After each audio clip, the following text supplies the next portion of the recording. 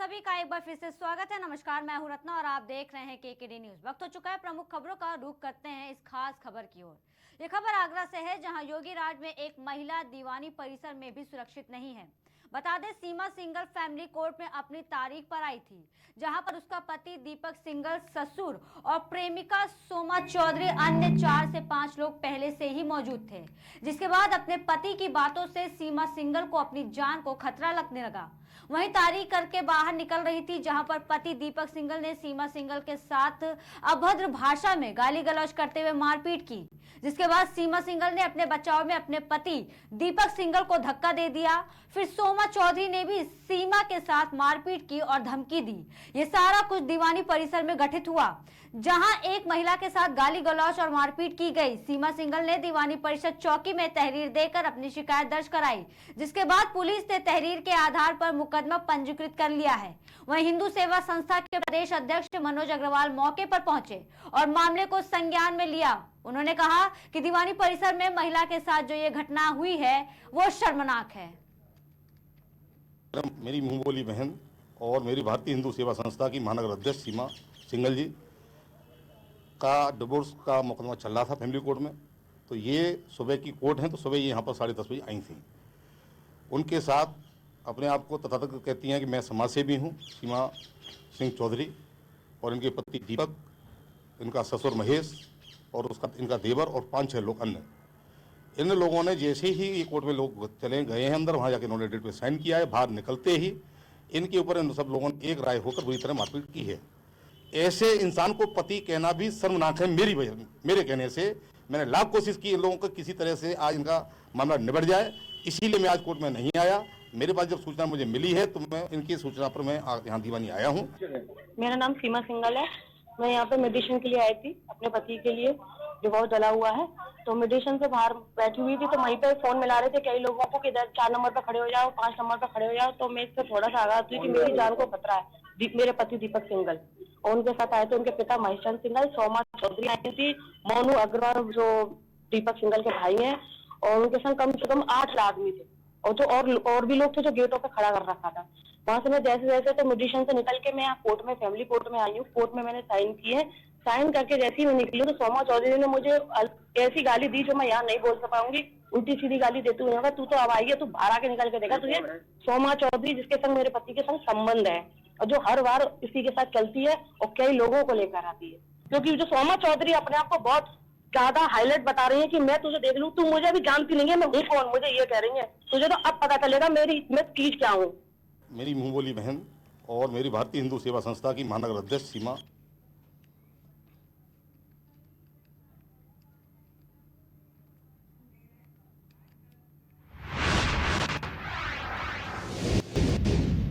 खबर देवरिया से है, जहां लोकसभा क्षेत्र में देवरिया चीनी मिल ग्राउंड में बीजेपी उम्मीदवार शशांक मणि त्रिपाठी के पक्ष में केंद्रीय गृह मंत्री अमित शाह ने विशाल जनसभा को संबोधित किया। बता दें, आखिरी चरण में होने वाले लोकसभा चुनाव प्रचार के लिए बीजेपी ने पूरी ताकत झोंक दी है। इसी कड़ी में आज केंद्रीय गृह मंत्री अमित शाह ने विशाल जनसभा को संबोधित किया है। वहीं जनसभा को संबोधित करते हुए कहा कि 5वें चरण के चुनाव में बीजेपी 300 पार हो चुकी है और तभी सरकार बनने का काम पूरा हो चुका है। वहीं इंडिया गठबंधन पर निशाना साधते हुए कहा कि जब बीजेपी 400 पार करेगी तो इंडिया गठबंधन का सुपड़ा साफ हो जाएगा।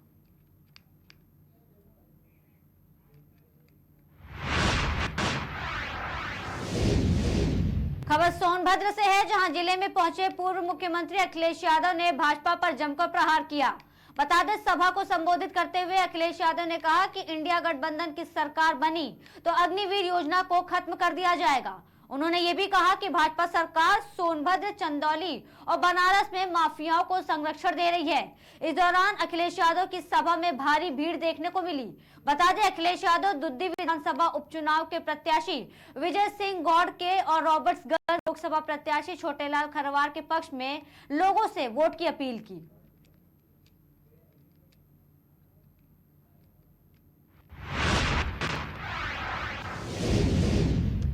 हरदोई में ग्रामीणों ने 2 किशोरों को दी तालिबानी सजा।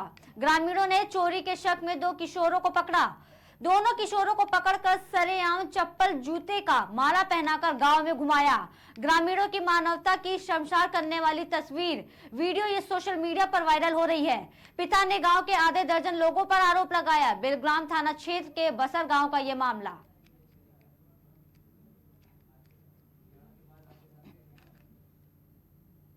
मेरा नाम रमेश है, ग्राम बसार, थाना बिलग्राम। क्या है पूरा मामला? हमारे एक लड़का जो नाबालिग है, जिसकी उम्र 13 वर्ष, और मेरी पत्नी, ये लोग घर पे रहते हैं। मैं दिल्ली में रहता हूँ। तो गांव के कुछ दबंग लोगों ने इस पे गुटखा की चोरी का मतलब झूठा इल्जाम लगा के लड़के को मारा और फिर उसका चौराहा बना के उसके जूतों की माला पहना के गांव में घुमाया। एक वायरल वीडियो हो रहा है जिसमें दो बच्चे हैं जिनके आधे बाल छीनकर और गले में जूतों की माला बनाकर उनको घुमाया गया था। ये वीडियो जानकारी की गई थी थाना बिलग्राम अंतर्गत बसार गांव का पाया गया, जिसमें अभिभावक हैं, उनके दो एक किशोर है, उसके साथ एक साथी है, और उनके द्वारा बताया गया कि दोनों पढ़ते लिखते नहीं थे और गलत संगत में रहते थे, और इस कारण क्षुब्ध होकर उन्होंने अपने बालक और उसके मित्र का आधाई बाल काट दिए और गले में जूतों की माला डाल गाँव में टहलाया गया। इसमें स्थानीय स्तर से सभी बिंदुओं पर गहनता जांच की जा रही है। इसमें जो भी तथ्य आएंगे उस अनुसार कार्रवाई की जाएगी। मेरा नाम रमेश है, ग्राम बसार, थाना बिलग्राम।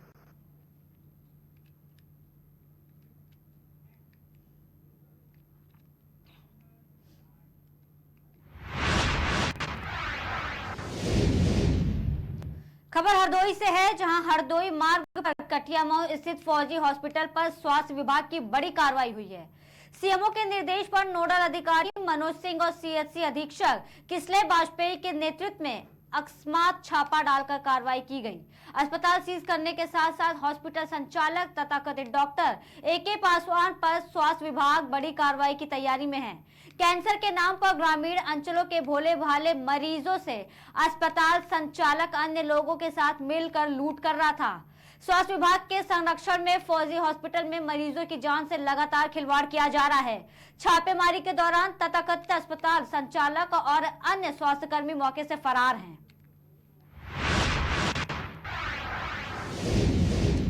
खबर कानपुर से है, जहां दक्षिण पुलिस ने चोरों पर कसा शिकंजा और ताबड़तोड़ कार्रवाई की। इस दौरान अबस्ता पुलिस ने वाहन चोरी करने वाले 2 आरोपियों को गिरफ्तार किया है। बता दें, आरोपी क्षेत्र में घूम घूम कर चोरी को अंजाम देते थे, जिसके बाद चोरी की गई मोटरसाइकिलों की रिपेयरिंग कर कम दामों में बेच दिया करते थे। पुलिस ने समाधि पुलिया से 2 आरोपियों को गिरफ्तार किया है। पुलिस ने मौके से आरोपियों के पास से 6 मोटरसाइकिल बरामद भी की। नौबस्ता थाना अध्यक्ष जगदीश प्रसाद और सद्दाम खान के नेतृत्व में पुलिस को ये बड़ी सफलता मिली है। डीसीपी रविंद्र कुमार ने प्रेस कॉन्फ्रेंस कर पूरी जानकारी दी।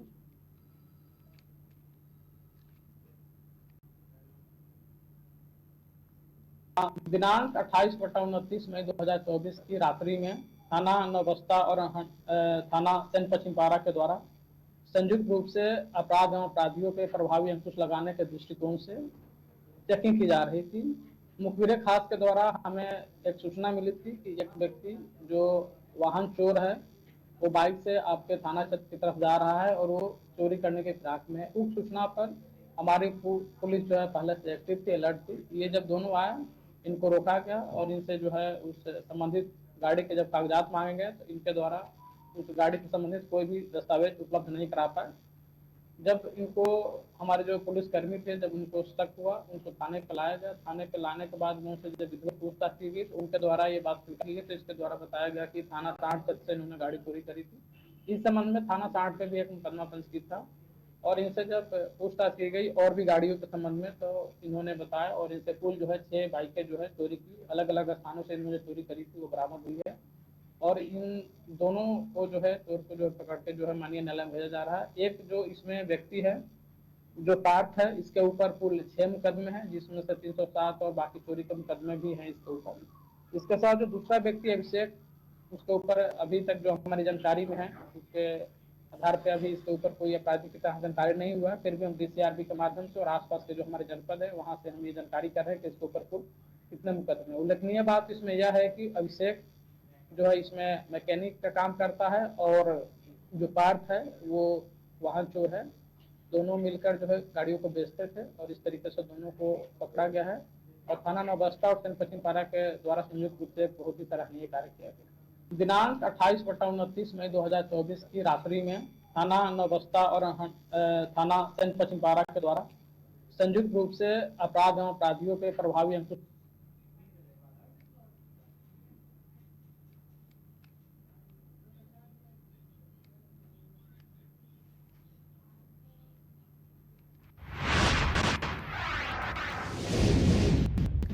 खबर कानपुर से है, जहां किदवई नगर पुलिस ने 24 घंटे में चेन लूट की घटना का सफल अनावरण किया है। 62 साल के बुजुर्ग को क्षेत्र में लूट की घटना को अंजाम देते पकड़ा गया। जूहीलाल कॉलोनी निवासी महिला के साथ चेन लूटी गई थी। पुलिस ने मौके से आरोपी के पास से लूटी चेन बरामद की है। गिरफ्तार आरोपियों के ऊपर आधा दर्जन से अधिक मुकदमे दर्ज हैं। किदवई नगर थाना अध्यक्ष बहादुर सिंह के नेतृत्व में पुलिस को यह सफलता मिली। कल दिनांक 28/5/2024 को थाना किदवई नगर पर एक वादनी के द्वारा तहरीर दिया गया। तहरीर में उनके द्वारा बताया गया कि 2 व्यक्ति एक एक्टिवा पे आए थे और उन्होंने इनके घर का दरवाज़ा खटखटाया था। जब उन्होंने दरवाज़ा खोला तो इन्होंने कहा कि आपकी एक लॉटरी लगी है जिसमें आपके कुछ टीवी, फ्रिज इत्यादि आपके सामान जो है घरेलू सामान होते हैं वो आपको उस लॉटरी में मिला है। इसके लिए आपके बेटे का नाम, मोबाइल नंबर और आपके सिग्नेचर चाहिए। तो उक्त महिला के द्वारा जो है अपना घर नहीं खोला गया, तो ये बाहर से ही जो है उन्होंने जो सोने की चेन पहनी थी वो जो है इन्होंने छीन लिया और ये वहाँ से लेकर चले गए।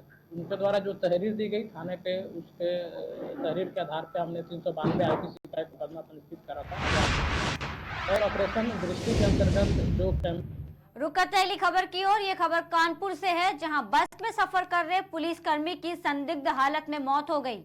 बता दें, मृतक पुलिसकर्मी दरोगा बताया जा रहा है। पुलिस ने शव को कब्जे में लिया। बता दें, भोगनीपुर थाने में तैनात दरोगा काली मिट्टी ट्रेनिंग सेंटर से वापस लौट रहे थे। बाबूपुरवा थाना के झकरकट्टी बस अड्डे का ये मामला बताया जा रहा है।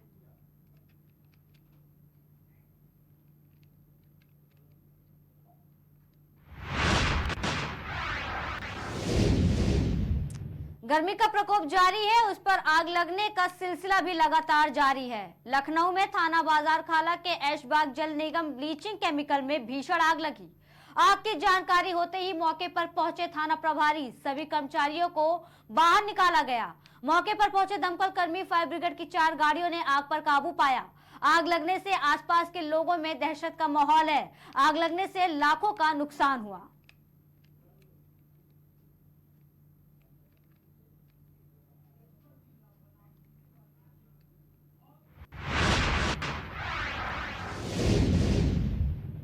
संत कबीरनगर में पीड़ित महिला की सुनवाई नहीं हो रही है, जिससे आहत होकर पीड़ित महिला सुनीता ने अब थाने पर न्याय की गुहार लगाई। न्याय के लिए पीड़ित महिला अधिकारियों के चक्कर लगाती रही। पीड़िता का कहना है कि 3 साल पहले उसकी शादी हुई है, जिसका 2 साल का एक बेटा भी है, लेकिन पति धर्मेंद्र ने महिला को छोड़ और बच्चे को छोड़कर दूसरी पत्नी को घर के बगल में रखा हुआ है। इसकी शिकायत मेहदावल थाने में की गई, लेकिन सुनवाई नहीं हुई। महिला की थाने में सुनवाई नहीं हुई, वहीं एसपी के पास भी अपनी आपबीती सुनाई, लेकिन कोई सुनवाई नहीं की गई। वहीं डीएम के पास भी महिला गई, लेकिन वहां भी कोई सुनवाई नहीं की गई, जिसके बाद अब महिला ने मुख्यमंत्री से न्याय की गुहार लगाई है।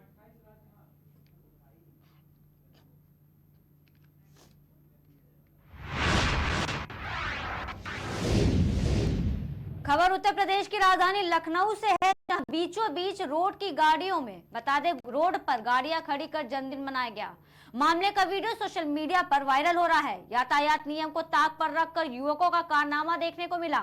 सुशांत गोल्फ सिटी क्षेत्र के एकाना स्टेडियम का यह मामला।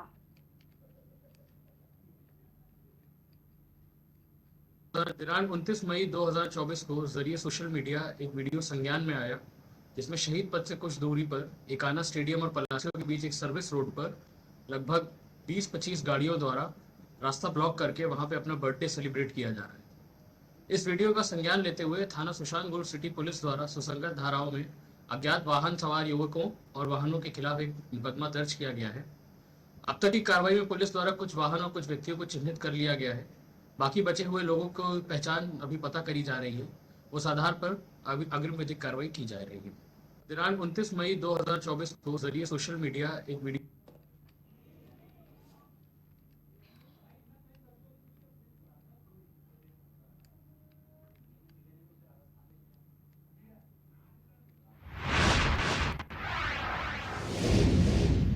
लखनऊ में बालाघाट पावर हाउस में लाइनमैन की मौत के मामले में बिजली कर्मचारियों में भारी रोष है। संविदा कर्मचारियों ने इकट्ठा होकर जताया रोष। पीएम हाउस पर सैकड़ों कर्मचारियों ने एकत्रित होकर रोष जताया है। जेई और एसडीओ पर बिना सुरक्षा उपकरण के काम कराने का आरोप लगाया गया। 11,000 वोल्ट पर काम कर रहा था मृतक सिकंदर। नाराज संविदा कर्मचारियों ने मुआवजे और दोषी अधिकारियों पर सख्त कार्रवाई की मांग के साथ ही परिवार के सदस्य को नौकरी देने की मांग की है। घटना में ये पूरी लापरवाही बरती गई है विद्युत विभाग की तरफ से। जेई एसडीओ सब लोग साथ में थे, वहीं पे ऑन द स्पॉट काम करा रहे थे। लाइन जो है शट डाउन हुआ था और उनको लाइन पे चढ़ाया जाता है, कहते हैं कि ये लाइन जोड़ी जाए, और उनके लापरवाही की वजह से क्या होता है कि लाइन अचानक चालू हो जाती है। ये लाइन चालू होने का मतलब क्या है? लापरवाही, पूरी तरीके से ये लापरवाही है। और लापरवाही में हमारे जीजा जी की जान चली गई। जान तो गई है। अब ये बताइए, हमारी डिमांड कोई नहीं है, बट ये देखिए, ये हमारा भांजा, ये 16 साल का है। अब ये कैसे जीवन यापन करेगा? इसका क्या कर सकते हैं हम लोग? इसके जीवन की क्या 1 लाख रुपए कीमत होगी, या 10 लाख होगी, या 20 लाख होगी? कोई 20 लाख रुपए दे देगा क्या 20 लाख रुपए में ये जीवन यापन कर सकता है? हमें पैसे की कोई दिक्कत नहीं है, बट हम सरकार से यही कहना चाहेंगे कि ये सरकार, योगी सरकार, हमारे भांजे को या इनकी मम्मी को, किसी एक को नौकरी दे, जिससे उनका जीवन यापन हो सके। घटना में ये पूरी लापरवाही बरती गई है विद्युत विभाग की तरफ से।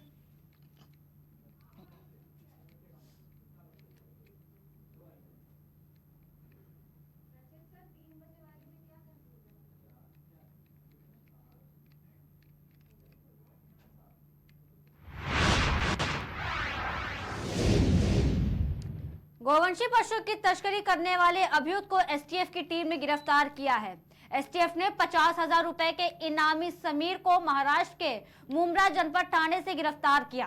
गोवंशी पशुओं के मांस को तैयार कर समीर अपने गिरोह के साथ बेचने का काम करता था। गिरोह के सदस्य इसके साथ मिलकर घूमकर सुनसान इलाके से गोवंशी पशुओं को चोरी करते थे। ये लोग एसटीएफ की दबिश के दौरान समीर के साथी फरार हो गए।